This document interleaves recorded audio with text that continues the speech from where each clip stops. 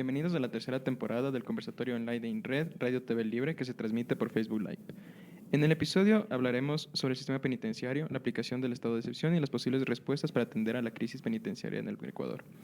En la actualidad, en Ecuador, la población de personas privadas de la libertad es aproximada de 41.000 en 55 centros de rehabilitación social y detención provisional del país. La población triplicó en los últimos 10 años. Para hablar sobre la situación, damos la bienvenida a Analía Silva, del colectivo Mujeres de Frente, y Mónica Vera, presidenta de la Fundación Regional de Asesoría en Derechos Humanos, INRED. Bienvenidas. Queremos iniciar este conversatorio con Mónica. Cuéntenos, ¿por qué la población carcelaria creció en los últimos 10 años? Pese a que, con la nueva estructura penitenciaria puesta en marcha en el 2014, se hablaba de disminuir los índices de hacinamiento carcelario. Muchísimas gracias. Muy buenas noches con todas y todos.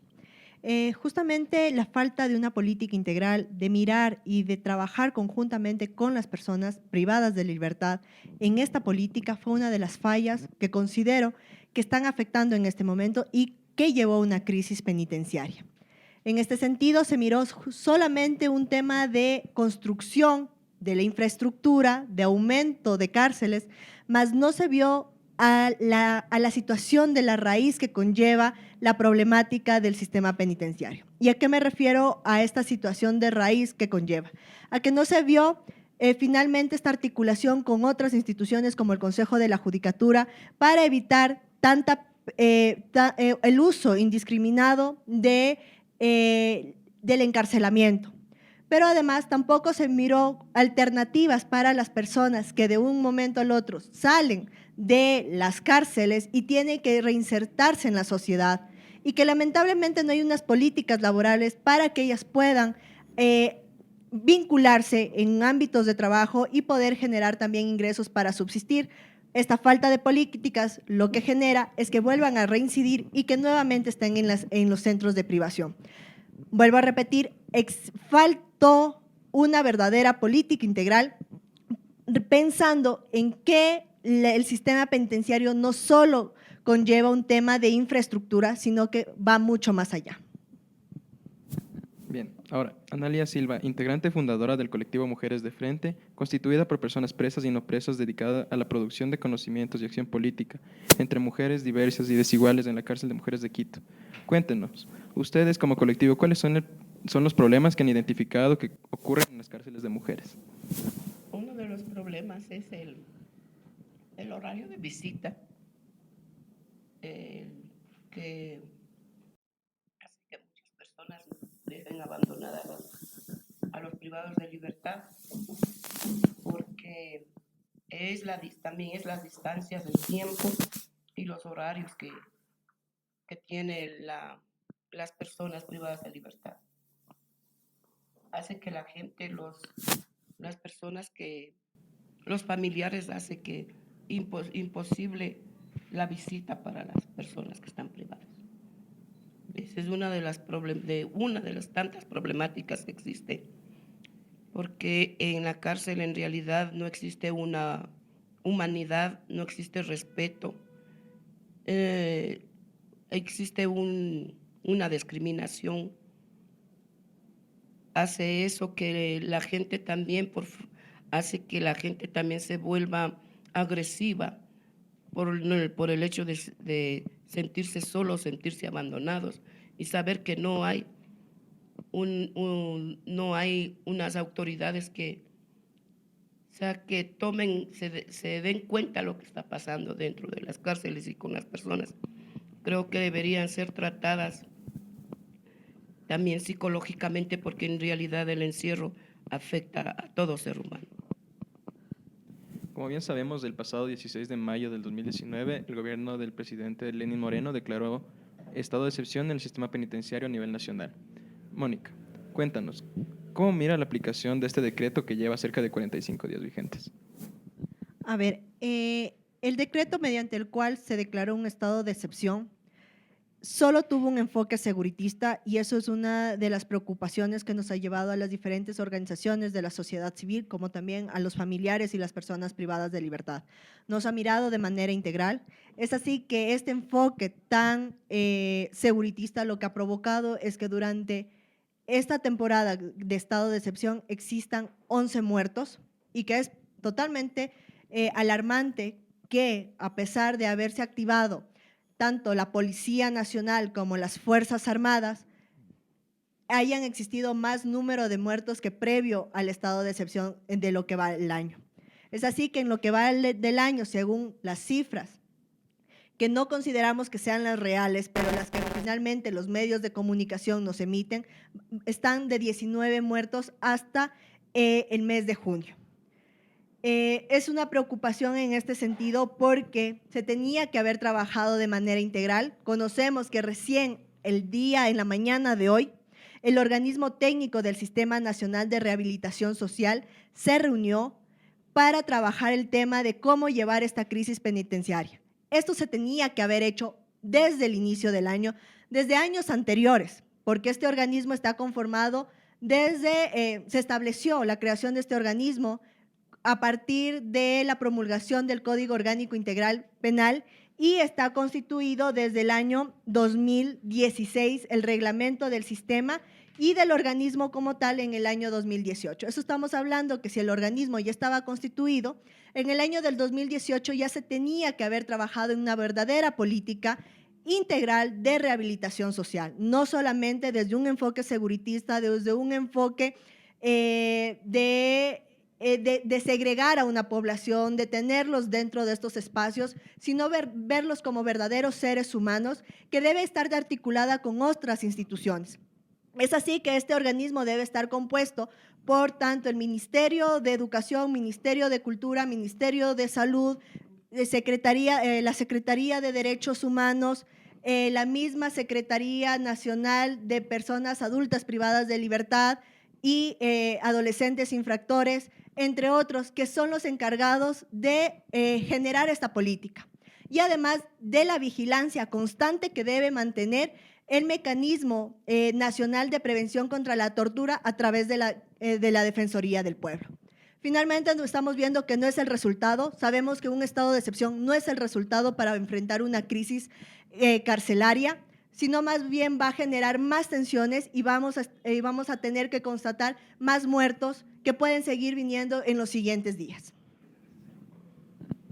Bien, Mónica, tras la implementación de este decreto, el gobierno ha señalado que existen tres principales factores para que suceda este tipo de cosas. Entre ellos está el crecimiento de las economías criminales, la intensificación de las organizaciones criminales transnacionales de policriminalidad y la decisión de organizaciones criminales pequeñas de buscar espacios de poder. ¿Esto quiere decir que el crimen organizado superó al Estado? A ver, el Estado nos quiere dar este enfoque de que existe estos grupos criminales que no negamos.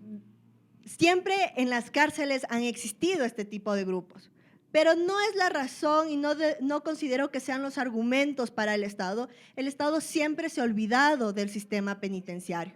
El Estado se olvidó y dejó a un lado a las personas privadas, no las ha tomado en consideración y ahora echar la culpa a un determinado grupo que sí puede existir, vuelvo a repetir, siempre en las cárceles cuando era el ex penal García Moreno, en las diferentes cárceles han existido bandas criminales, pero no considero que sea la justificación principal para estar en esta crisis. Esta crisis se lleva porque ha existido un olvido por parte del Estado ecuatoriano sobre las personas privadas y permitió además perder un poder de control por parte del Estado, permitiendo que estas bandas asuman el control dentro de las cárceles. El principal responsable aquí es el Estado, es el gobierno por dejar a un lado y por no generar verdaderas políticas integrales para la verdadera rehabilitación y reinserción de las personas privadas de libertad. Bien, este 16 de julio se cumplirán 60 días del estado de excepción y ya se conoce que el gobierno extenderá su periodo. Analía, los actos de violencia y los 49 muertos que van del año que se han registrado en las cárceles de hombres, ¿cómo afecta a las mujeres la aplicación del estado de excepción en las cárceles de mujeres donde no se ha evidenciado estos hechos? Lo que pasa es que dentro de las cárceles de mujeres no se evidencia esos hechos tan violentos, pero que sí existe violencia, ¿no? Hay otras formas también de actuar de parte de las privadas de libertad, como es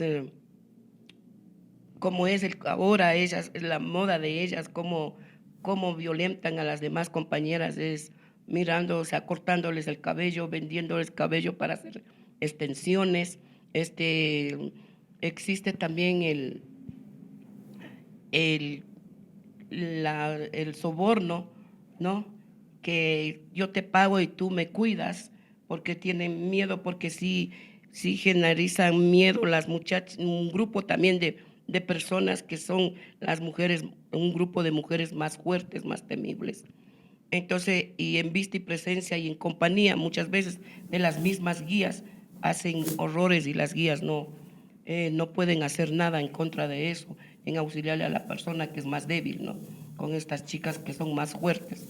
Entonces, se viene dando, sino que estas cosas no se hablan, no se dicen, no es salida a la luz, porque piensan que por el hecho de ser mujeres vivimos más tranquilas, más en paz. Pero claro que no hay la matanza como hay entre los hombres, ¿no? Que son más violentos ellos que las mismas mujeres. En ese sentido, esta va para ambas. ¿Consideran que en las cárceles hay procesos de rehabilitación social o todavía es una deuda pendiente del Estado ecuatoriano?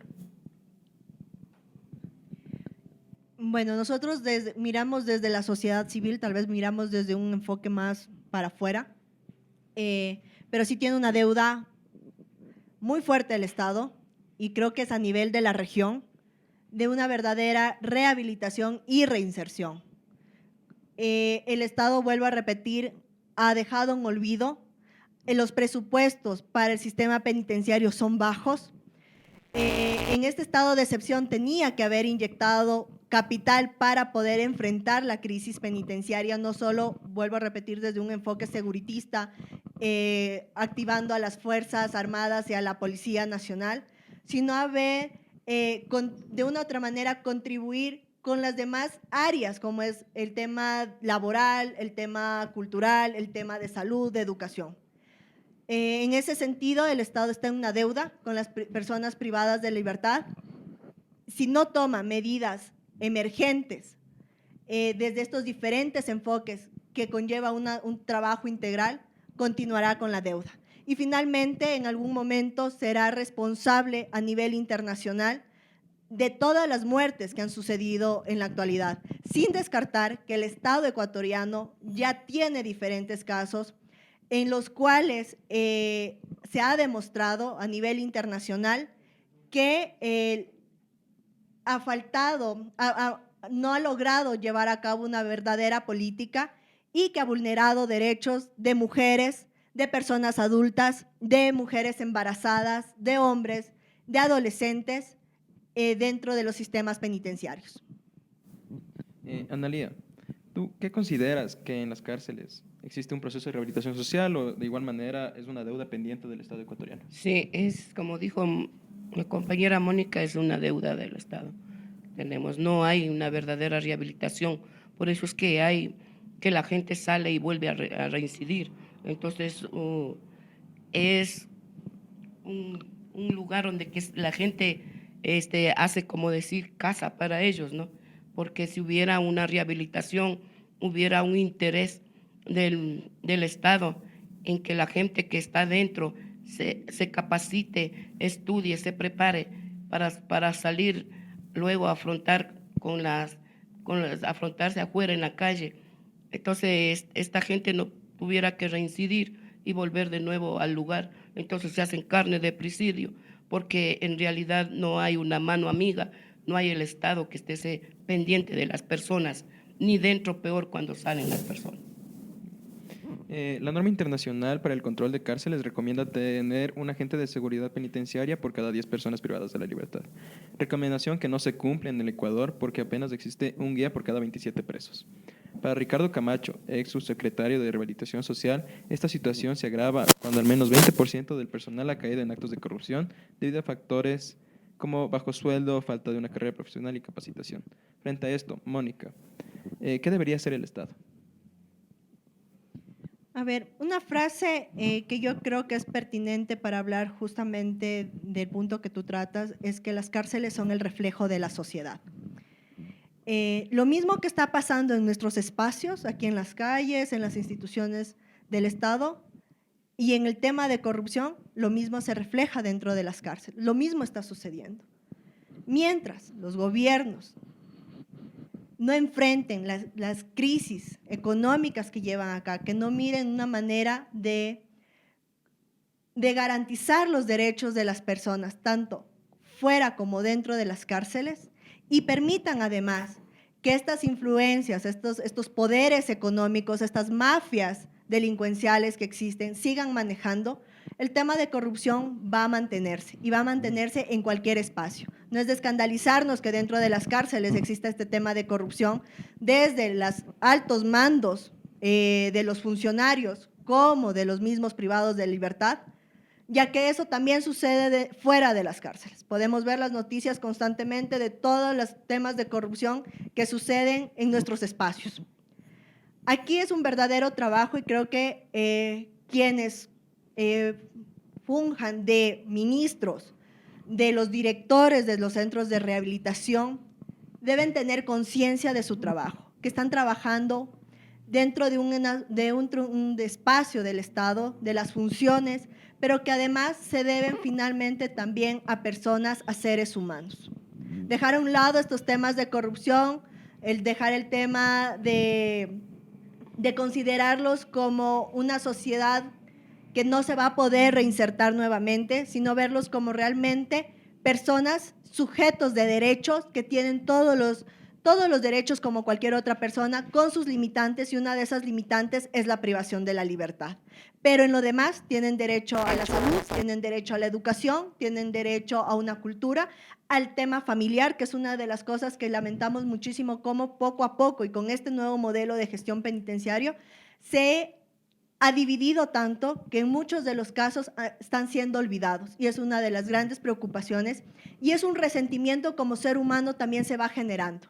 Finalmente, el no tener a mi familiar porque se demora 12 horas en viajar entre Carchi a la cárcel de la SUAY, porque ese fue uno de los últimos traslados que han existido, son 12 horas de viaje, y los costos que conllevan esos viajes genera que sus familiares lo abandonen, y la persona que está privada también asume este sentir de abandono.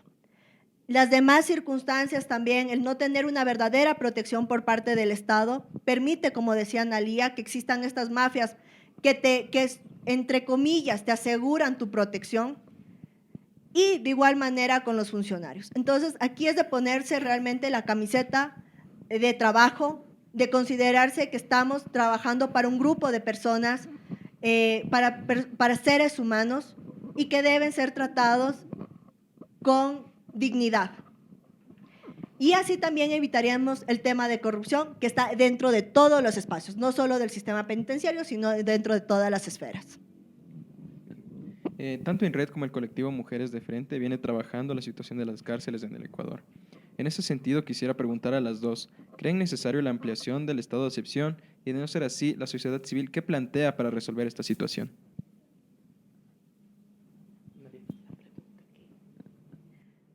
A ver, el estado de excepción finalmente no va a dar una solución, y esperamos que no se amplíe este estado de excepción. Ya hemos tenido los resultados, vuelvo a repetir, durante el estado de excepción, de los que podemos tener información, existen 11 muertos, sin considerar otros tipos de muertes por el tema de la tuberculosis, que justamente el día de hoy salió una noticia. Sin contabilizar esas otras formas de muerte, sino más directamente los asesinatos, podemos ver que el estado de excepción no ha dado resultado. El ampliar este estado de excepción tampoco va a permitir, simplemente va a generar más caos, más tensiones, va a generar que en un momento dado también los familiares comiencen a exigir de otras formas. Lo que considero que aquí el Estado tiene la obligación, con este organismo técnico del Sistema Nacional de Rehabilitación, es convocar a familiares de personas privadas, convocar a los mismos privados de la libertad, convocar a las organizaciones, a la academia, para generar propuestas y mirarlo de manera integral. Caso contrario, no se va a lograr salir de esta crisis penitenciaria y simplemente se va a agudizar aún más el problema. Analía, ¿usted cree necesario la ampliación del estado de excepción? No, yo no creo, porque yo creo que eso no ayuda para nada. eso mejor le afectaría mucho más a la persona privada de libertad. Listo. Para concluir, Mónica, hemos hablado de la responsabilidad del Estado y del papel de las organizaciones y la academia frente a esta situación, pero de la sociedad común, del transeúnte que va de pie como esta persona, ¿se podría sumar para garantizar los derechos de las personas privadas de la libertad, personas que al ingresar a la cárcel solo pierden su derecho a la libertad? Yo creo que aquí para garantizar el derecho de todas las personas, porque nadie podemos decir que nunca vamos a ingresar a una cárcel, por A o B circunstancia el día de mañana sucede algo y cualquiera de nosotros, de nosotras, podemos estar pasando por esta situación, podemos cometer un error que lamentablemente nos lleve a la cárcel. Y yo creo que aquí es un trabajo de la sociedad, comenzar a repensarnos, repensar los valores internos de cada uno, el mirarnos como seres humanos, el trabajar conjuntamente, no mirar a las personas privadas como lo negativo de la sociedad, sino verles también como algo positivo, con una verdadera rehabilitación y con una reinserción. Para eso es un papel sumamente fundamental el trabajo de las instituciones estatales en generar los ingresos y proporcionar los ingresos económicos necesarios, pero también el tener a verdaderos funcionarios comprometidos con el trabajo y con la lucha del sistema penitenciario. Mirándole, vuelvo a repetir, no solo de un ámbito seguritista, sino mirándole de una manera integral.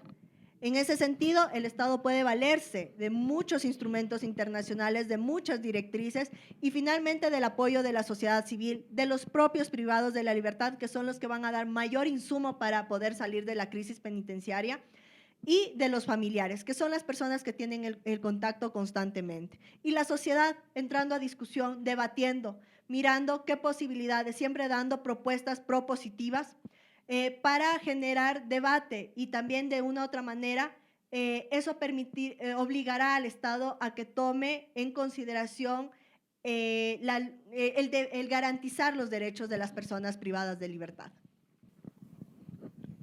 Analía, ¿cómo usted cree que se debería garantizar los derechos de las personas privadas de la libertad? Con justicia, equidad,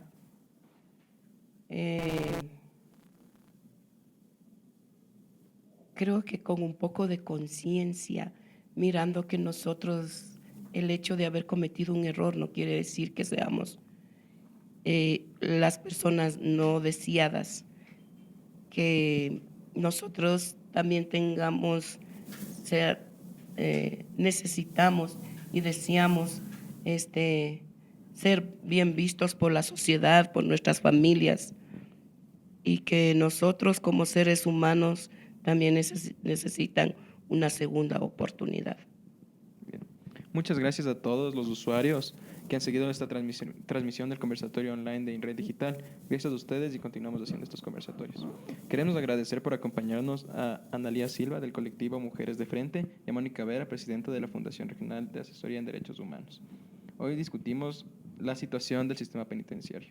Recuerden que este conversatorio también lo podrán encontrar en YouTube y no se olviden de seguir a INRED en @INRED1. Hasta la próxima semana.